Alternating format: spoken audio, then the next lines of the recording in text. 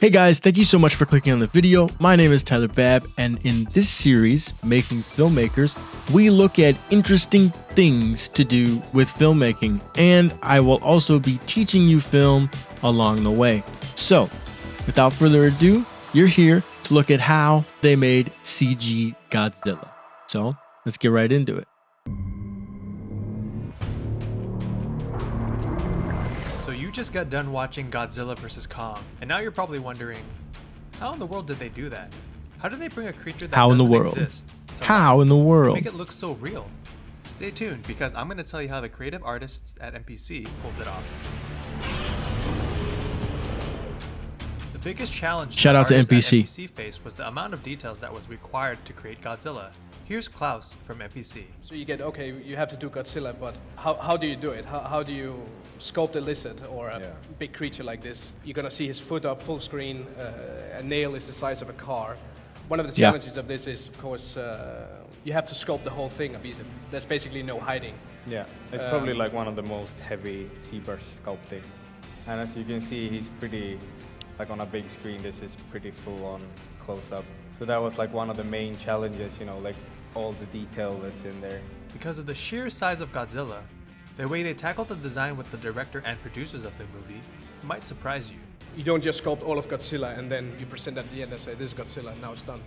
That's not how it works. So a lot of times we might work on a hand, and you sculpt the nails and you present it, and the supervisor, who in this case was Guillaume, so you present something like that, and he can then approve it. Or if it's something, a major change, like these fins that were down here were not in the original concept model, so they were added in later. So major design changes like this has to go through the director or the client. You work on it in stages, so you might say, no, okay, so now this is done, boom, so now we can keep going on the head. And then you might have Tomar or somebody who's doing concept modeling or concept sculpting, sculpt on the hand. You present that one, and then that gets approved. You can then move on to the feet or whatever. So the whole thing is dissected into sections, and everything gets presented or everything gets approved per section, basically. Before MPC So much worked work. on Godzilla, multiple concepts were created from different artists and different studios. Here's Ian Joyner. This image was never seen by the director because when he came in, the amazing guys at Weta had done, and other people, I shouldn't take away from anybody else who worked early on stages, but they had tons of initial designs.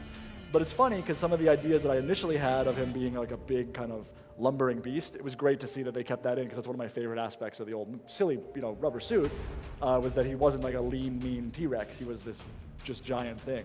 So when we got in, my job on it was to do more polish passes, really. Once again, kind of taking their initial stuff. I worked out the head a lot. I did some anatomy changes, a lot of scale work. At this point, I've done a lot of scales. But it was a very fun project to work on. I love the character. So it was funny because we did a lot of work on the feet, the size of the tail, the size of the head. Initially, his head was like a little pea up there. And finally, they said, no, it's got to be bigger because he's going to be so scaled up, it's going to look like nothing up there. So there's a lot of work on just figuring out the right scale of things and then the right scales on things. So how did the team tackle all the Scale. details of Godzilla while still staying true to the design language? If you've watched our previous video on how the artists at Disney designed their iconic Let me know if you want to let me know guessed it.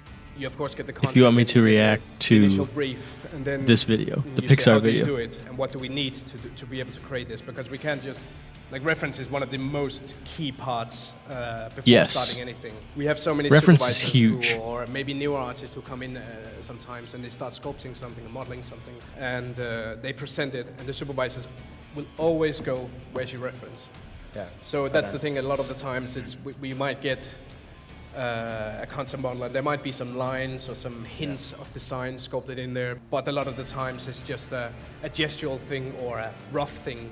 So we kind of have to go in and say, okay, so is there something on this planet Earth that looks like this, or we can take and bend into looking like the concept? So like these turtle shells here, for instance, were done for the back scales of Godzilla. This is, you can see like this stuff, you can see the fins are sort of following this.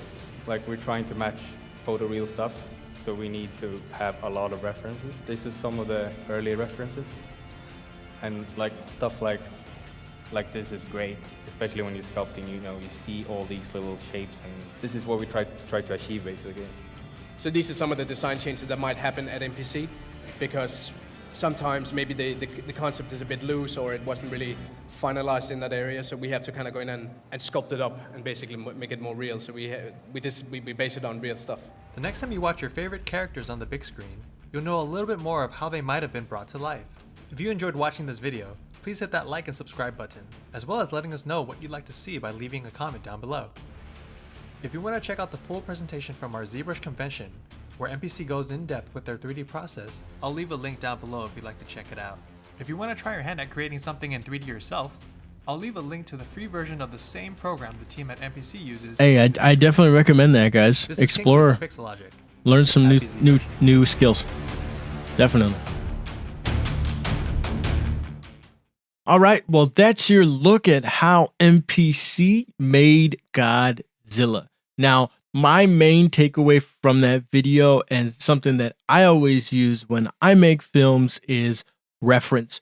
Reference is so crucial whenever you're doing any type of creative work, right?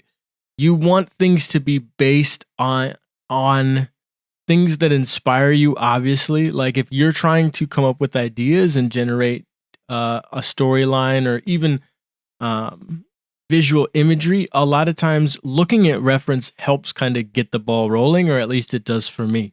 The other thing too is, particularly in CG work, if you're trying to go for realism, the best thing to do is look at real life. And CG artists do this all the time, but so do cinematographers. You know what I'm saying? You grab images from other films. Same thing if you're making music videos, you're going to look at other music videos that emulate the feeling that you want to get across to your audience. So when you collaborate with people, bring references to the table so that they can see your vision.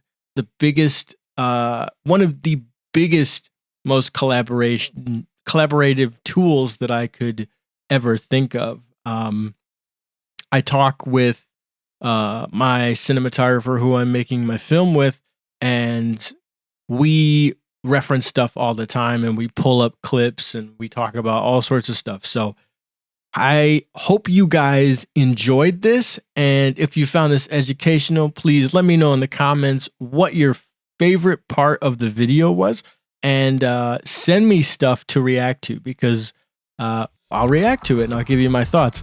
More content like this is on the way. If you found this helpful, hit that like button and subscribe for more content, because I will be putting out more in the future.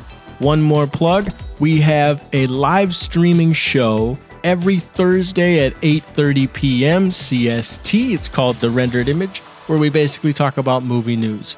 So I hope to see you all there, and have a great day.